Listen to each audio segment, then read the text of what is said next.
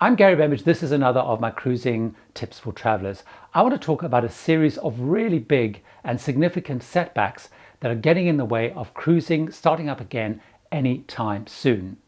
One of the biggest changes that have happened is CLIA, the Cruise Line Association, have announced that all members of CLIA have now voluntarily suspended all cruising until at least the 15th of September. This particularly affects all cruises in and out of the United States.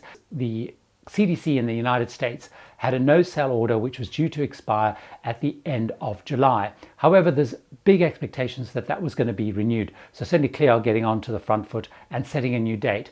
Feels a lot like they're expecting this date to be pushed back even further. So for example, they said the following: "We will continually evaluate the evolving situation and make a determination as to whether a further extension is necessary." They do talk about hopefully using this time in September to engage with the CDC, the Center for Disease Control. And certainly one of the big challenges and things that we're seeing getting in the way of cruising starting up again is lack of engagement with the CDC. There have been certainly publicly only one key meeting between the cruise lines and the CDC. It's sort of a formal meeting, and that was still to discuss crew repatriation rules. I'm sure there's stuff going behind the scenes, but we are not seeing major engagement. We've seen a number of senators, we've seen a number of travel associations writing letters, sort of public letters, encouraging the CDC to engage. So certainly a big setback we're seeing is that cruises are being pushed back to the 15th of September, and certainly lots of noise in the system about lack of engagement in getting things moving again. Another key setback in terms of getting cruising up and running again anytime soon is country bans. The most significant of these happened in recent days, where Spain, as they announced lifting of travel and opening their borders to land-based travelers, they made it clear that they were extending the ban on cruise ships calling at Spanish ports indefinitely, and there's no date for that to be renewed. This is really, really significant as you look at Europe and the Mediterranean. Spanish ports get around 10 million passengers going through them every year. Places like Barcelona, which is a really, really significant and important embarkation and disembarkation port, they can have up to 5 million of those passengers passing through. So Spain closing its borders, closing its ports to cruise ships is a really big deal. What's also a big deal is they also refer to guidance from the European equivalent of the CDC in the US, which does talk about the ongoing risk that cruise ships pose where people are in confined spaces for an extended period of time. So certainly we're seeing ports not opening yet anytime soon to cruise ships, and this is a big issue. We're already seeing, of course, Canada have closed their borders to cruise ships right through to the middle of October.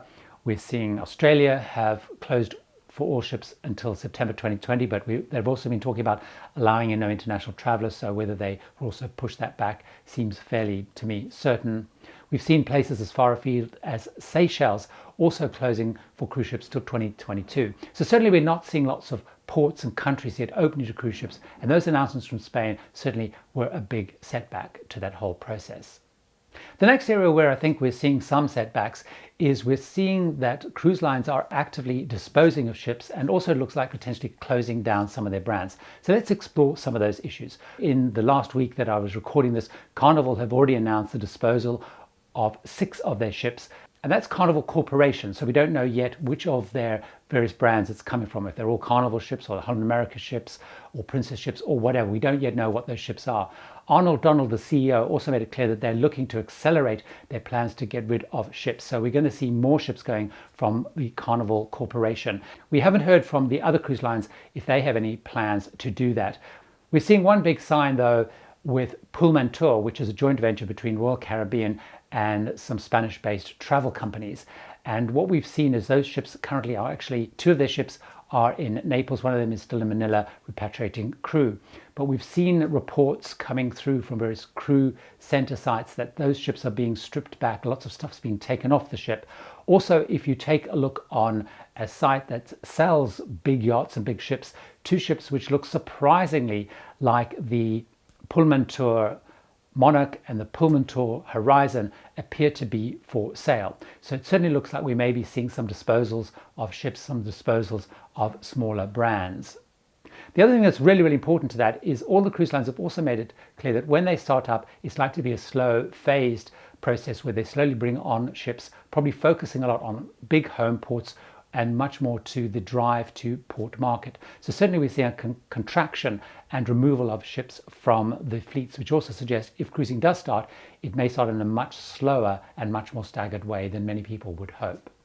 Another setback in terms of cruising getting up and running again was in the United States, where we saw one of the river cruise lines that were planning to start up with their river cruising cancelling and pulling all the sailings at quite short notice because of a resurgence of COVID-19 cases in the territories and the states that they were planning to sail in. So that was up in the Pacific Northwest. So we certainly saw that cruise line pulling back because of a surge in cases. As countries come out of lockdown, we're seeing some increases in cases. We're seeing some increases in what's called the R, the rate that it's passed on. If we're seeing as lockdowns ease, that rate increasing, there's signs that already some countries potentially, and certainly some cruise lines, are having to pull back on opening up and starting up cruises again. Whilst it looks like big mainstream cruising has had a number of setbacks, on a positive note, we are seeing some small pockets of cruising starting. We saw in Norway, Hurtigruten and Sea Dream running cruises already for Norwegian passengers only to Norwegian ports. We've seen some limited river cruising starting up with the Rosa in the Douro, Nico Cruises on the Rhine for German passengers. We've also seen Ponant do a pre-sale as they work to get approval from the French government to sail out of French ports to French ports only for French citizens. They haven't got final sign-off on it, but they have put those cruises on pre-sale, so they must be relatively confident.